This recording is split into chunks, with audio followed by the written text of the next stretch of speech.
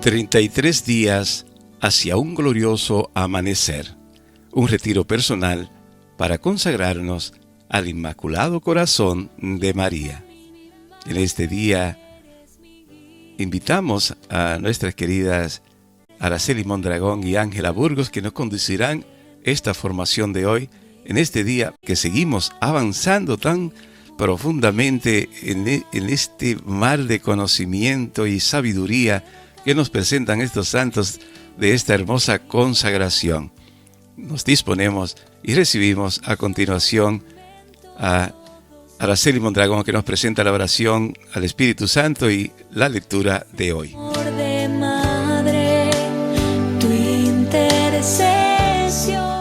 En el nombre del Padre, y del Hijo, y del Espíritu Santo. Amén. Ven, Espíritu Santo, y envía del cielo un rayo de tu luz. Ven, Padre de los pobres, ven, dador de gracias, ven, luz de los corazones. Consolador magnífico, dulce huésped del alma, su dulce refrigerio, descanso en la fatiga, brisa en el estío, consuelo en el llanto. Oh luz santísima, llena lo más íntimo de los corazones de tus fieles. Sin tu ayuda, nada hay en el hombre, nada que sea bueno. Lava lo que está manchado, riega lo que está árido, sana lo que está herido. Dobla lo que está rígido, calienta lo que está frío, endereza lo que está extraviado. Concede a tus fieles que en ti confían tus 7 sagrados dones. Dales el mérito de la virtud, dales el puerto de la salvación, dales la felicidad eterna. Amén. Sangre preciosa, adorada, glorificada y ensalzada de nuestro Señor Jesucristo, bendice este momento, hoy y por la eternidad. Pedimos que la sangre preciosa de nuestro Señor Jesucristo selle todo dispositivo para que no haya interferencia. Pedimos que el Espíritu Santo abra nuestros sentidos espirituales para poder escuchar, meditar y profundizar la lectura de hoy día. Sangre preciosa, adorada y glorificada de nuestro Señor Jesucristo, bendícenos hoy y siempre, por la eternidad. Amén. Día 24. Retiro de María, primer día. Durante este retiro hemos contemplado con el corazón ciertas verdades de nuestra fe que están relacionadas con la consagración mariana. Uno podría decir que estamos en una especie de peregrinación de fe que nos conduce al día de consagración. También María, durante su vida terrenal, estuvo en una especie de retiro y peregrinación de fe. También reflexionó en su corazón diferentes verdades que están relacionadas con la consagración mariana. Después de todo, no descubrió de golpe su vocación de ser madre espiritual y mediadora como nosotros. María necesitó caminar por fe mientras reflexionaba en su corazón. Ella también necesitó un tiempo de preparación respecto a su papel especial como nuestra madre en el orden de la gracia. Debido a que la mediación maternal de María es tan fundamental para una apropiada comprensión de la consagración mariana, vamos a pasar los próximos días haciendo un retiro dentro de nuestro retiro. Lo haremos examinando el retiro de María, En otras palabras, vamos a acompañar a María a lo largo del camino que Dios le señaló para descubrir poco a poco su vocación de ser nuestra Madre Espiritual y mediadora. En cierta forma, el retiro de María comienza en la Anunciación, mediante su sí a Dios, su fiat. Aceptó su vocación de ser la madre de Jesús, pero sabía también que aceptaba la llamada de ser la madre espiritual de todos los cristianos. No lo sé. Lo que sé es que todo el misterio de la Anunciación dio a María algo asombroso para contemplar, y sucede que ese algo está profundamente relacionado con la consagración y la entrega a María. Lo pongo de este modo. ¿Quién fue la primera persona que se entregó a María? No fue San Luis de Montfort, fue Dios Padre.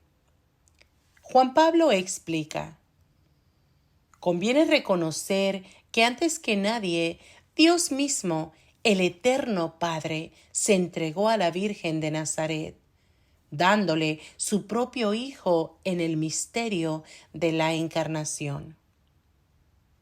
María seguramente se maravilló de este acto de humildad de parte de Dios.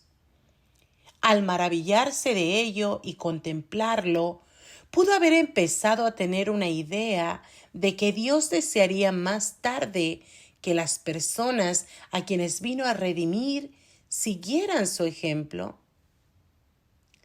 María tuvo muchas otras cosas que contemplar durante su preparación para ser aún más totalmente nuestra Madre en el orden de la gracia. Los evangelios sinópticos, Mateo, Marcos y Lucas, ofrecen varios puntos de reflexión que hablan de la maternidad espiritual de María. Mira, por ejemplo, el pasaje del Evangelio de Marcos, en donde los primos de María y Jesús están afuera queriendo ver a Jesús y por tanto mandan a buscarlo y lo llaman. Jesús responde con una pregunta: ¿quiénes son mi madre y mis hermanos?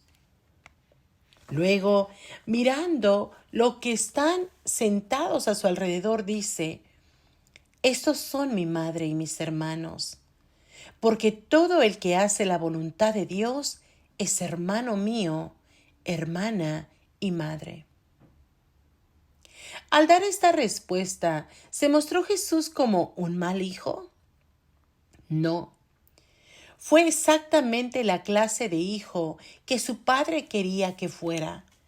Al mismo tiempo preparó a su madre para ser la persona que él quería que fuera. Específicamente, le reveló el nuevo vínculo filial del reino que va más allá de los lazos carnales. En otras palabras, señaló la primicia del Espíritu sobre la carne, la primicia de la paternidad sobrenatural de Dios sobre la paternidad o maternidad de la humanidad. Es probable que María captara de inmediato algo de lo que Jesús intentaba enseñarles. Después de todo, por años había meditado en su corazón otra extraña respuesta de Jesús, la que dio cuando lo encontró en el templo después de 3 días de buscarlo con angustia. ¿No sabían que yo debo ocuparme de los asuntos de mi Padre? Durante su misterio público, Jesús estaba ciertamente muy interesado en los asuntos de su Padre. Ahora bien, un aspecto clave de estos asuntos era preparar a su madre para su nuevo papel en el reino de Dios. Jesús sabía que, en la dimensión del reino de Dios, en la esfera de la paternidad de Dios mismo, la maternidad de María adquiere un significado diverso. En las palabras de Marcos que leímos antes, Jesús indica este significado. Todo el que hace la voluntad de Dios es hermano mío y hermana y madre. Podemos estar seguros que María meditó esto en su corazón y que se dio cuenta que a través de estas palabras Jesús no la rechazaba, sino que la preparaba. Podemos estar seguros de que Jesús no rechazaba a María. Sí podemos, aun si las palabras de Jesús suenan como si estuviera rechazándola, no es así. Al contrario, si consideramos un pasaje similar en el Evangelio de Lucas, queda claro que Jesús bendice a su madre. En este otro pasaje, una mujer levantó la voz de entre la multitud y dijo a Jesús: «Feliz la que te dio a luz y te crió». Jesús responde de manera similar a lo que leímos en Marcos. Felices, pues, los que escuchan la palabra de Dios y la observan. Al leerlo por primera vez, puede parecer una reprimenda a María, pero no lo es. Después de todo, ¿quién escuchó y observó la palabra de Dios mejor que María? Nadie. Por tanto, Jesús realmente bendice a su madre y ella se daría cuenta de ello.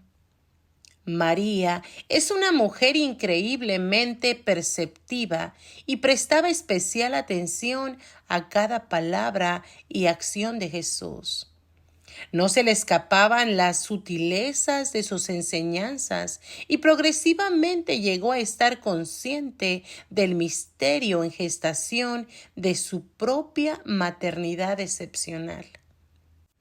A medida que se esclarecía ante sus ojos y ante su espíritu la misión del Hijo, ella misma como madre se abría cada vez más a aquella novedad de la maternidad, que debía constituir su papel junto al Hijo. ¿No había dicho desde el comienzo: «He aquí la esclava del Señor, hágase en mí según tu palabra»? Por medio de la fe, María seguía oyendo y meditando aquella palabra. María Madre se convertía así, en cierto sentido, en la primera discípula de su Hijo, la primera a la cual parecía decir: «Sígueme». Qué alegría debía ser para Jesús tener a una discípula que lo entendía perfectamente. Qué consuelo para su corazón encontrar tal receptividad a la palabra de Dios.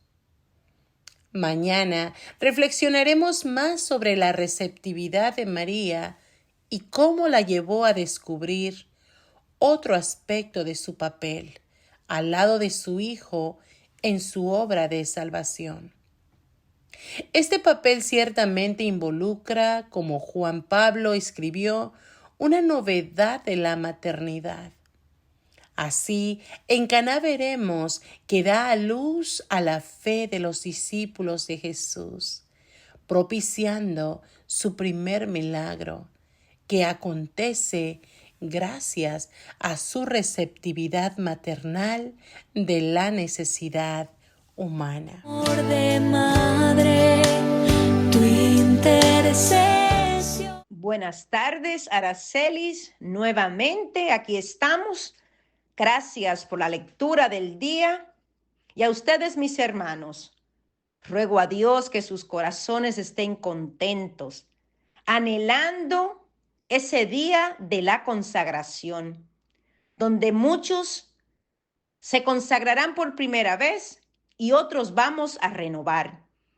Que tengamos gozo esperando ese gran día.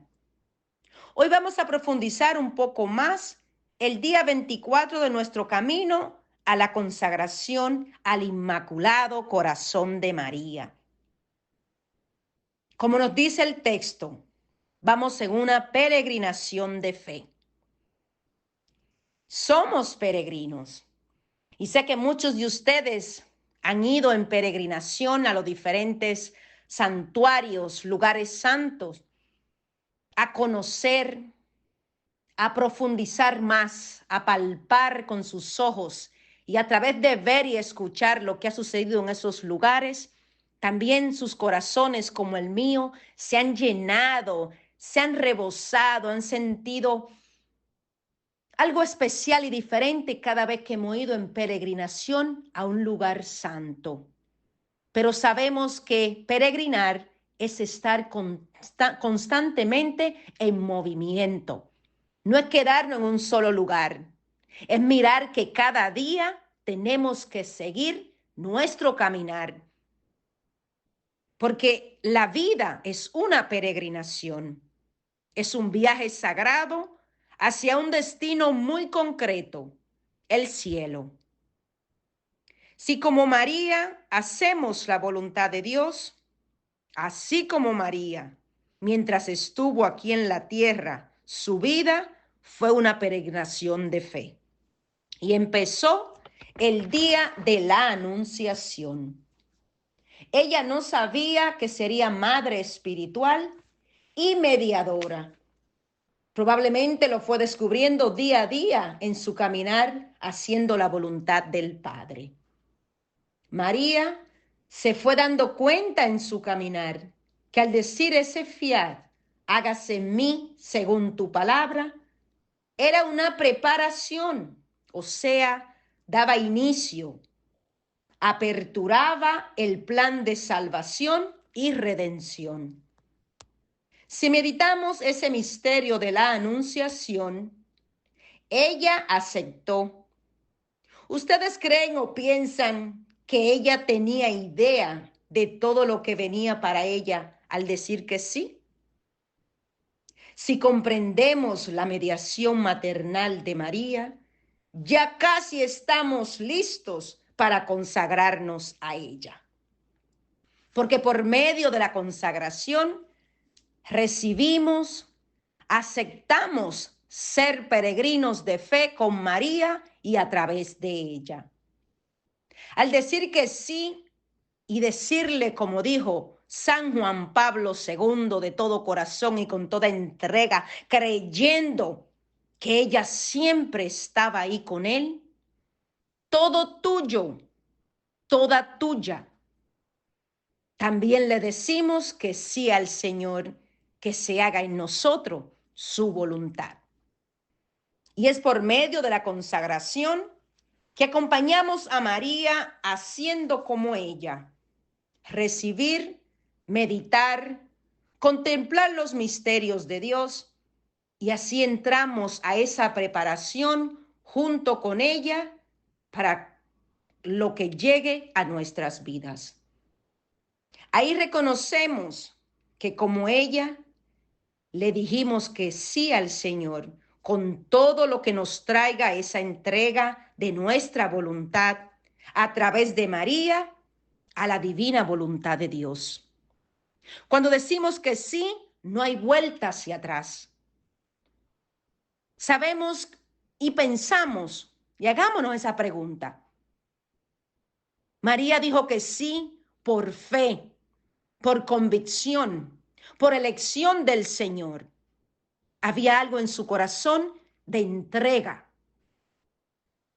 Pero, ¿creen ustedes que verdaderamente María había pensado en todo lo que vendría a su vida a través de abandonarse a la divina voluntad del Padre? Nos dice el texto que no fue San Luis María de Montfort el primero que se entregó a María, sino Dios Padre. San Juan Pablo II lo explica. Dice, hay que reconocer que antes que nadie, Dios mismo, el eterno Padre, se entregó a la Virgen de Nazaret, dándole a su propio Hijo en el misterio de la encarnación. En esta parte me lleva a meditar profundamente en cómo el Padre también hoy nos entrega a su Hijo cada día en la Eucaristía. María recibió a Jesús con su sí. Nosotros, al consagrarnos a ella, compartimos ese sí con María hacia Dios Padre. Cuando nos comprometemos a caminar con ella de la mano, haciendo como en las bodas de Caná, ella dijo: hagan lo que Él les diga. Y qué regalo tan bello, tan poderoso, que así como Dios Padre se entregó primero a la Virgen María en esa encarnación, así nosotros tenemos el privilegio de recibir, de tener en nosotros y con nosotros, y seguimos teniendo a su Hijo Jesús, porque tanto nos ama que decidió quedarse con nosotros en un pedazo de pan. Se gestó en el vientre de María, lo entregó todo por nosotros hasta llegar a morir en la cruz. Y es tanto su amor que sigue dándose aún, tratando día con día de que nosotros, a través de buscarle, a través de entregarnos, a través de vivir una vida de fe, podamos tener ese encuentro, decir que sí y recibirle, no a medias. Entendemos que hay muchas personas que no pueden todavía recibir a Cristo, a Jesús Eucaristía. Pero recordemos, hermanos, que somos peregrinos. No vinimos a este mundo para quedarnos aquí. No vinimos a este mundo para apegarnos a la vida de aquí. Nuestro destino, nuestro caminar diario debe ser con la meta hacia el cielo. Y nos dice la palabra que tenemos que comer y beber el cuerpo y la sangre de Cristo para tener vida eterna. María, maravillada con ese acto de amor y humildad, quizás llegó a preguntarse muchas veces si ella también sería parte del plan de Dios más adelante, con su ejemplo de obediencia a su voluntad para nosotros, lo que seríamos sus hijos, dado por su Hijo Jesús a ella. Fue mucho lo que María meditaba y contemplaba para quizás entender que ella sería nuestra madre en el orden de la gracia. Una parte importante para profundizar los evangelios de Mateo, Marcos y Lucas, los cuales se les llama sinópticos, porque comparten mucha similitud en lo que expresan y hablan, para que reflexionemos en la maternidad espiritual de María, en sus contenidos. Por ejemplo, en Marcos 3, 31 al 35, donde le avisan a Jesús que su madre y sus hermanos lo están buscando. Y él le dice: ¿quiénes son mi madre y mis hermanos? Y mirando alrededor, dijo: estos son, porque todo aquel que hace la voluntad de mi Padre, ese es mi hermano, mi hermana y mi madre. Esta respuesta merece que naveguemos un poquito más en ella. Aquí Jesús no dice eso para faltarle a su madre, sino para expresar que antes de ser su hijo carnal, era hijo de Dios y había venido a hacer su voluntad. María estaba siendo preparada para ser la persona que Él quería que fuera. Y si hacemos un momento de analizar, ¿creen ustedes que María tenía una idea ya de entender por qué Jesús dijo eso a las personas que vinieron a decirle que ella y sus hermanos le estaban buscando? Creo que sí. ¿Por qué? Porque recordemos que María tuvo toda una vida, hasta los 30 años de la vida de Jesús, para conocer, para entender, para recibir, para meditar. Porque también cuando nos dice el último misterio de los misterios gozosos del Santo Rosario,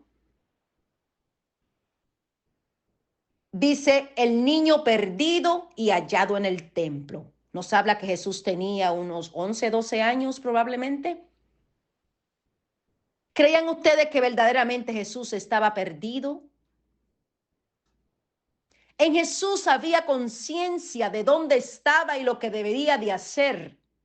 María, pienso yo, en su tiempo de conocer a su hijo, toda madre sabe cuando un niño expresa cierta sabiduría, cierto conocer, y nos sorprendemos y decimos, ¿de dónde este niño habrá aprendido esto? Pero su corazón de madre, su entrega a Dios Padre de toda su vida, había preparado ese corazón o lo estaba preparando ya para lo que había dicho que sí y de lo que aún le faltaba vivir. Le reveló el vínculo filial del reino que va más allá de los lazos entre madre e hijo. Señaló la primacía, o sea que está primero el vínculo del espíritu sobre la carne. María sabía que su hijo era su hijo, pero que primero era Dios antes que su hijo. Y sabía y nos dice que ella también le adora, porque es su madre, pero sabe que es su Dios. Ahí está el reconocimiento de el espíritu por encima de la carne. Que está primero la paternidad sobrenatural de Dios sobre la paternidad o maternidad humana. El saber quién es Jesús para María fue la clave en ese caminar de entrega, de no mirar atrás. Claro, como madre, humanamente hablando, caminó, vivió, sufrió, tuvo momentos de gozo, de alegría. Me imagino esos 30 años, toda una vida con su hijo, cuántas vivencias, cuántas enseñanzas, cuántas situaciones de experimentar una sabiduría sobrenatural, porque ella, como nadie, sabía junto a San José quién era verdaderamente Jesús, que era Dios primero antes que su hijo. Y un ejemplo de ello es también el primer mandamiento, donde nos dice, amarás al Señor tu Dios sobre todas las cosas. María entendió que antes de ser su hijo, Él era Dios. María también tenía mucho para meditar. Y ahí podía ella, quizá en su corazón, traer nuevamente ese momento cuando fue a esa visitación con Isabel. Cuando Isabel la saluda y ella hace esa proclamación del Magnífica, reconociendo que el Espíritu Santo había obrado en ella, que estaba ya el Hijo de Dios en su vientre, porque ella aceptó y el Espíritu obró. Cuando saludó a Isabel, ¿qué hizo ella? Al proclamar el Magnífica, hacía exactamente lo que Jesús, a través de sus palabras, deseaba que ella también lo hiciera, y ella lo hacía, porque aceptó ser la humilde esclava del Señor. Nadie escuchó y observó la palabra de Dios mejor que María. Si alguien podría entender lo que Jesús decía, era su madre.